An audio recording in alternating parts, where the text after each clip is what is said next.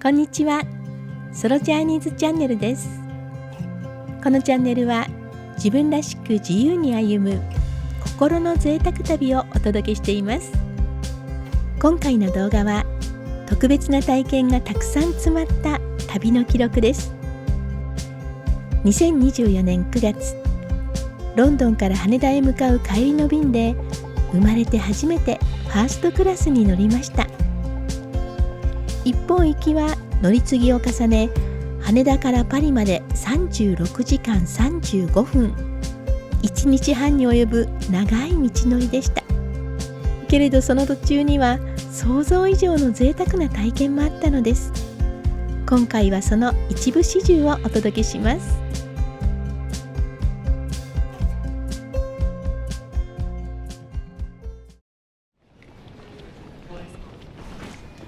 ここは羽田空港第3ターミナル。25年ぶりのパリ行きに心が躍ります。直行便は人気で取れなかったため、デリーとロンドンを経由して向かうことになりました。長旅になるため早めにチェックインを済ませ、ラウンジでゆっくりしてから出発します。ラウンジの外は気持ちのいい景色が広がっています。飛行機も見えますね。これからちょっと遅い朝ごはんをいただきます。サーモンとイクラ丼にサラダ、そしてかぼちゃのムースです。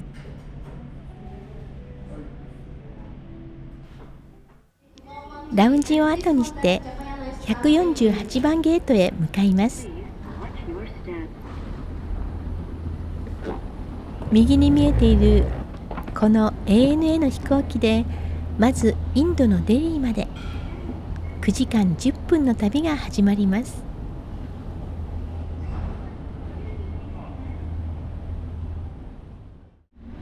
いよいよ登場です。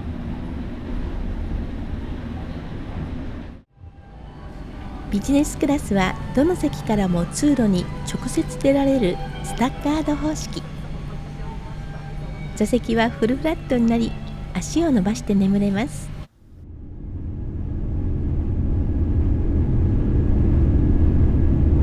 加速度がついてきました。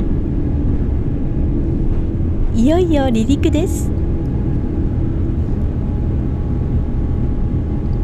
まずは初めて訪れる国、インドへ向かいます。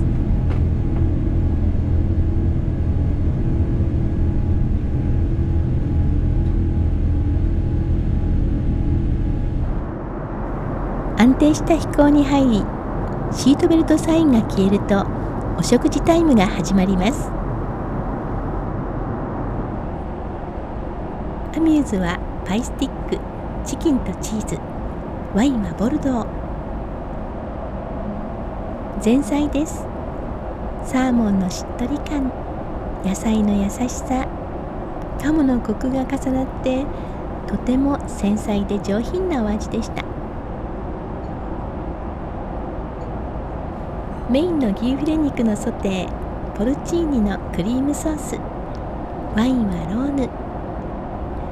すっとナイフで切れる柔らかい牛肉にきのこの香り高いクリーム。機内とは思えないほどとんでもなく美味しい一皿でした。お肉の後はさっぱりとフルーツをいただき、デザートはプルミエマロン、私の大好きなお味。大満足のコースフィナーレでした。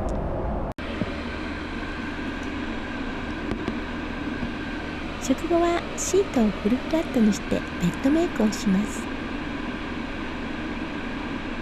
このまま夢の中へ。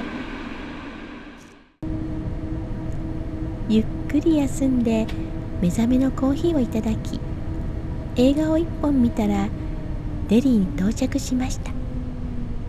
初インドは雨が降っています。美味しいコース料理をいただき、眠って映画を見て、あっという間の帰快適な9時間でした。ロンドンに向かうフライトは夜中2時出発。それまで10時間の長すぎるトランジットが始まります。ラウンジにやってきました。天井が高くてとても広々としています。あちらこちらで人の声がして、携帯電話で話している人も多く、日本のラウンジとはかなり雰囲気が違います。静かに過ごす場所というより、人の気配や熱気があって、それが何ともインドらしいんだなと感じました。で、お料理のコーナーに来ると思わずワクワクしてしまいます。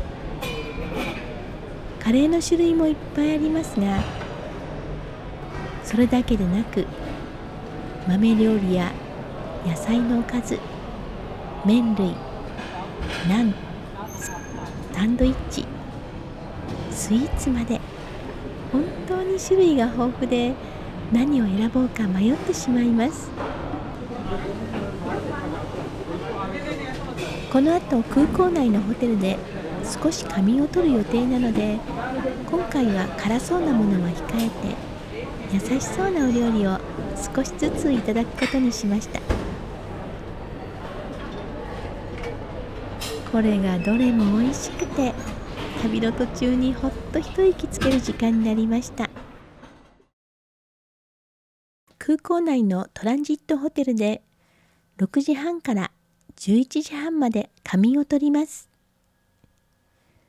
ホテルのお部屋はきちんとしていて、窓から空港内が見えるのも面白いですよね。ただ短時間の仮眠が目的だったので、ここまで整った部屋でなくてもよかったかなという気持ちも少しあります。料金は5時間で7000ルピー、日本円でおよそ1万2000円ほど。長いトランジットで横になって休めたのは本当に助かりましたし、ずっと座って待つよりももちろん快適でした。でもラウンジ内に仮眠スペースがあればそれで十分だったので、仮眠だけと考えると少し高く感じました。ホテルをチェックアウトしてもう一度ラウンジで少しお茶をした後、搭乗口へ向かいます。深夜の空港ですが、まだまだ人の往来が多く、ショップもたくさん開いていて、とても活気があります。途中でインドらしい雰囲気のギフトショップを覗いてみました。ガネーシャの像や繊細な装飾品、色鮮やかな雑貨が美しく並んでいますね。まるで小さなアート空間のようです。金色のきらめきや細工の美しさに目を奪われて、空港の中にいることを一瞬忘れてしまうほどです。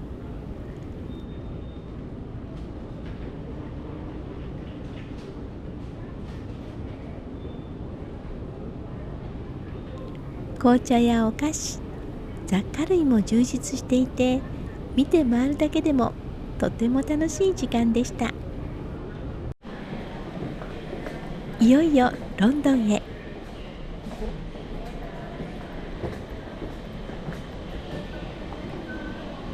実は1ヶ月前、機材が最新の A350-900 に変わるという嬉しいニュースが届きました。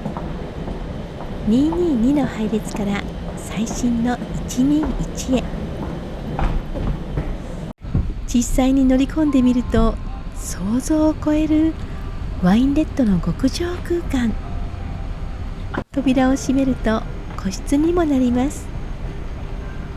まるで空飛ぶ高級ホテルのようです。古い機材で10時間寝て過ごすつもりだったのに、デリー・ロンドン線に就航したばかりの最新鋭エアバス350、これに乗れるなんて飛行機好きにはたまらないラッキーな機材変更でした。10時間の旅が最高の幕開けを迎えました。全員が着席して飛行機のドアが閉まり、機内安全ビデオが流れ始めました。これがインド色全開。思わず見入ってしまいました。次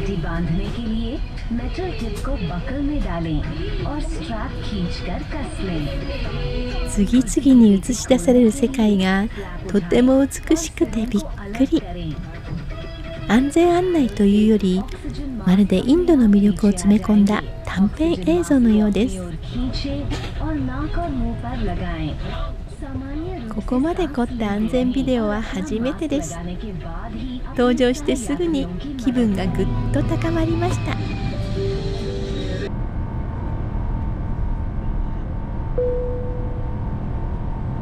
離陸です。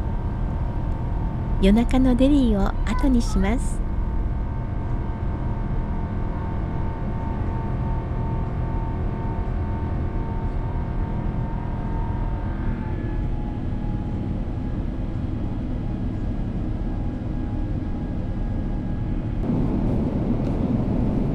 これはエアインディアのオリジナルパジャマです。ビジネスクラスでパジャマがあるってなかなかないので嬉しいサプライズでした。アメニティはフェラガモのポーチに入っています。しかも中身もフェラガモの化粧品、アイマスクや靴下まで入っていて豪華すぎます。食事の時間です。深夜便なのでお食事が一度にサーブされます。彩り鮮やかですよね。ラッシュガーデンサラダ、それから真ん中の何層にも重なった薄いクレープには柔らかな鶏とマッシュルームの炒め物と野菜が巻かれていて、その上に濃厚なチーズと酸味のあるトマトソースがかかっています。それらのお味が絶妙なハーモニーを奏でていて、とっても美味しいんです。デザートのジャンドゥヤスライスも香ばしいナッツが甘さと調和していて、とっても上品なお味。大満足の深夜のインドディナーでした。真っ赤な衣装の CA さんが丁寧なベッドメイクをしてくださっています。オリジナルパジャマにアメニティはフェラガモ、さらに眠る前の空間まできれいに整えていただけるなんて、まるでファーストクラスのおもてなしを受けているようです。就寝時間になるといつの間にか照明が落ち着いた色に変わっていました。乗客が席の扉を閉めた通路も大人の照明になっていて別世界のようです。おやすみなさい。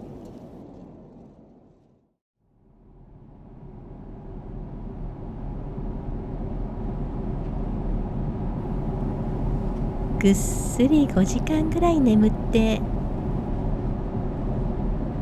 窓を開けると綺麗な雲海が広がっています。映画でも見たいところですが、字幕が英語と中国語しかなく、諦めてスカイマップを見ていました。こちらは日本語で表示してくれるので助かります。モニターには飛んでいる場所が次々表示されます。これが聞いたことのない名前ばかりで楽しすぎるんです。モルシャンスク、リジャスク、マロヤロスラバツ、ビャジマ、ナポーチカ、グルベネ、イエーカプピルス、ダウガフピルス、オグレ。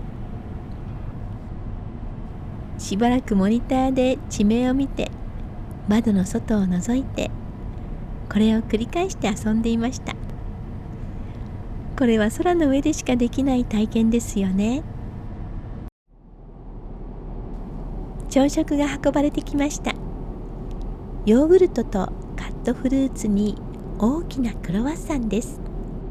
ラッシーも酸味と甘さがちょうどいい具合で美味しかったです。今のでちょうど良いボリュームだったと思っていたら、まだ次がありました。見た目はかなり本格的なインド料理ですが、食べてみると辛さは思ったより控えめ。スパイスの香りは感じるのに、味わいは優しくて朝でも重すぎません。添えられたソースと合わせると南インドらしい雰囲気を楽しめる食べやすい朝食でした。ごちそうさまでした。ゆっくり朝食をいただいていると、バルト海、アムステルダムと知っている地名が出てきました。とうとうヨーロッパにやってきたんですね。感激です。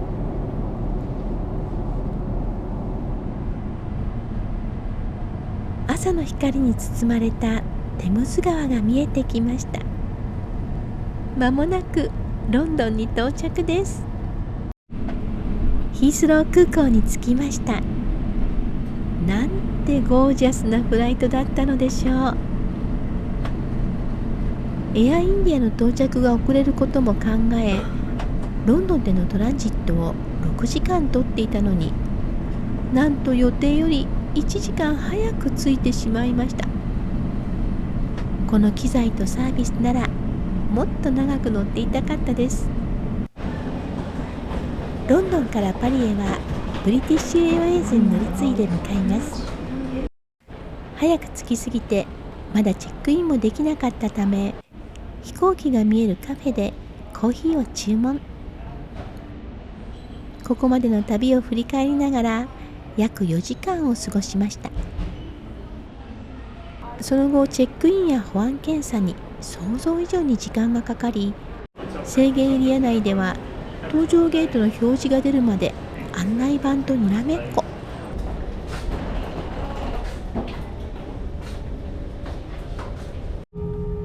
ようやく飛行機に乗れた時には肩の力が抜けました。ドーバー海峡を越えてようやくパリに到着です。羽田を出発してから1日半、長い長い道のりでした。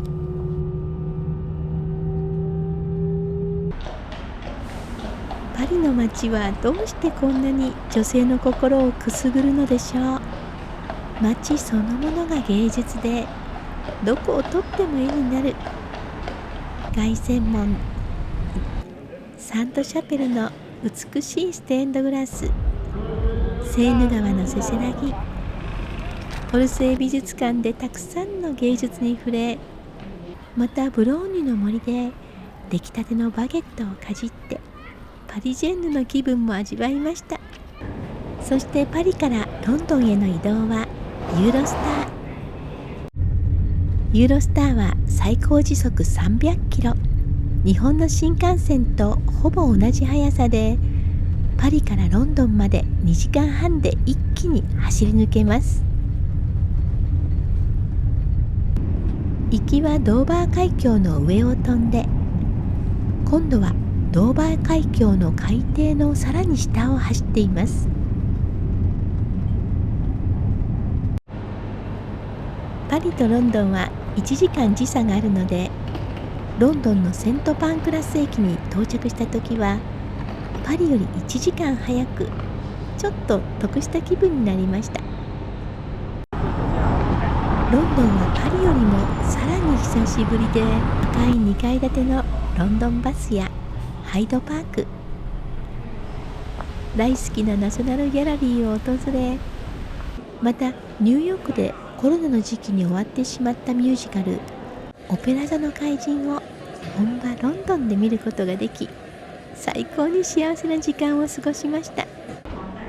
久しぶりのヨーロッパ滞在の後は、いよいよ人生初のファーストクラス登場です。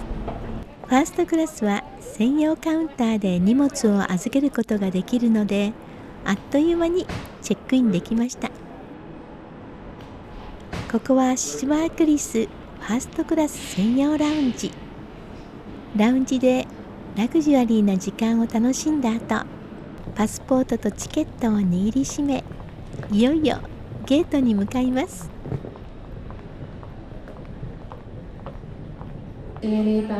今から登場するボーイング777-300ER の機体が見えています。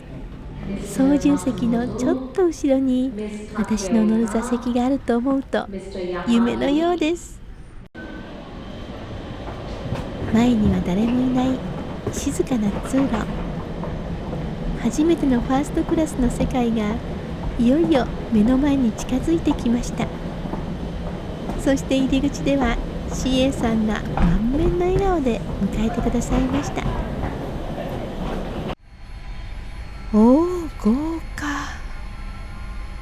思わず声が漏れました。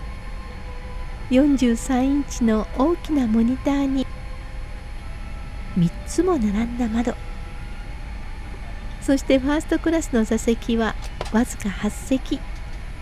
足を伸ばしても前に届かないほどの広さに、本当にここが飛行機の中なのと思ってしまうほどでした。座席案内のビデオを見ながら操作を確認します。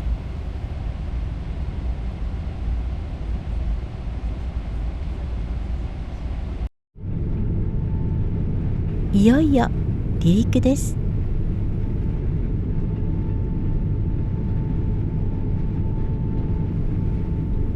窓の外には美しい夜景。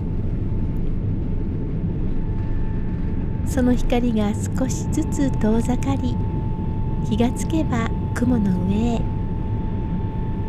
初めてのファーストクラス。胸の高鳴りがなかなか収まりません。そしてシートベルトのサインが消えると、いよいよお待ちかねのフルコースディナーが始まります。まずは至高のシャンパンクリュックをいただきます。繊細な泡に思わず見惚れてしまいます。すっきりとして奥行きが深い味わいです。余韻をかみしめているとアミューズがサーブされました。一口サイズだけれどどれも洗練されたお味でとっても美味しかったです。アペタイザーはキャビアのクラシックスタイル。薬味とキャビアを混ぜてプリンにのせていただきます。塩味がとてもまろやかで口の中で優しく広がります。次にいただいたのはブルゴーニュの赤ワイン、フレッシュなガーデンサラダ、コーンスープ、そしてメインは牛フィレ肉のステーキ。本当に柔らかくて驚くほど美味しい。トリュフの香りがふわっと広がり、思わず笑顔になってしまいます。デザートはチェリークラフティーアングレーズソース。優しい甘さにサクッとした食感、ほのかな酸味で軽やかな余韻です。ちょっと揺れていましたが大満足のフルコースでした。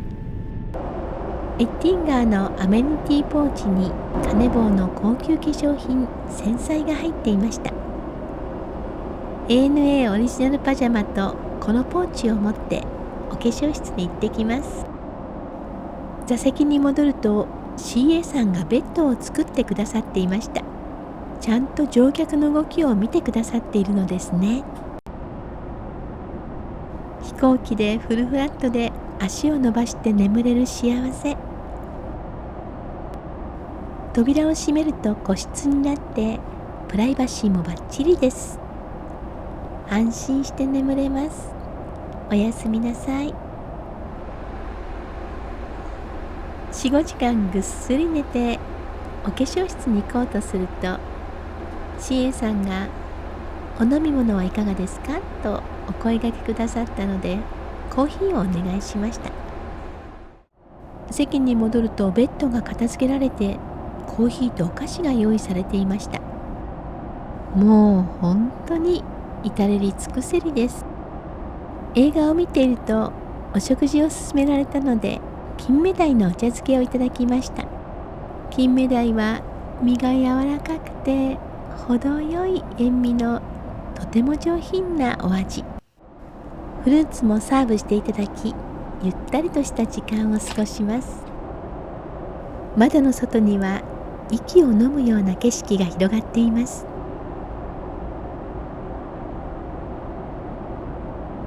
ずっと見ていても全く飽きることがありません。飛行機に乗っている間中、こんな世界があったんだと初めて踏み入れたファーストクラスの空間にただただ感動していました。いかがでしたでしょうか。今回はこの旅の一部をダイジェストでお届けしましたが、少しでも一緒に旅をしているような気分を感じていただけたら嬉しいです。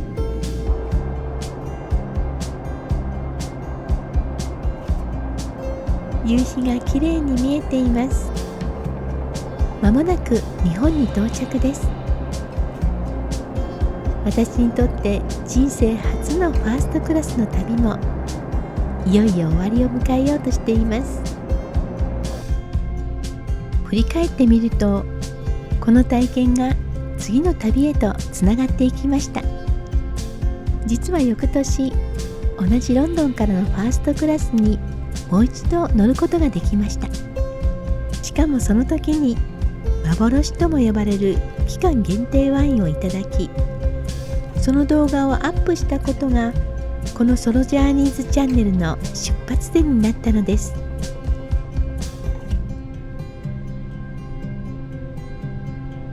そして今回、どうしてこのファーストクラスの旅が実現できたのか。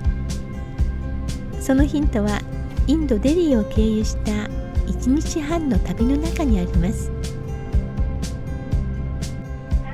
その方法を教えてくださった11ポイントのいちさんとの対談も合わせてご案内していますので、ご興味のある方はぜひご覧くださいね。そして2025年版ロンドン線のファーストクラスの動画もぜひお楽しみください。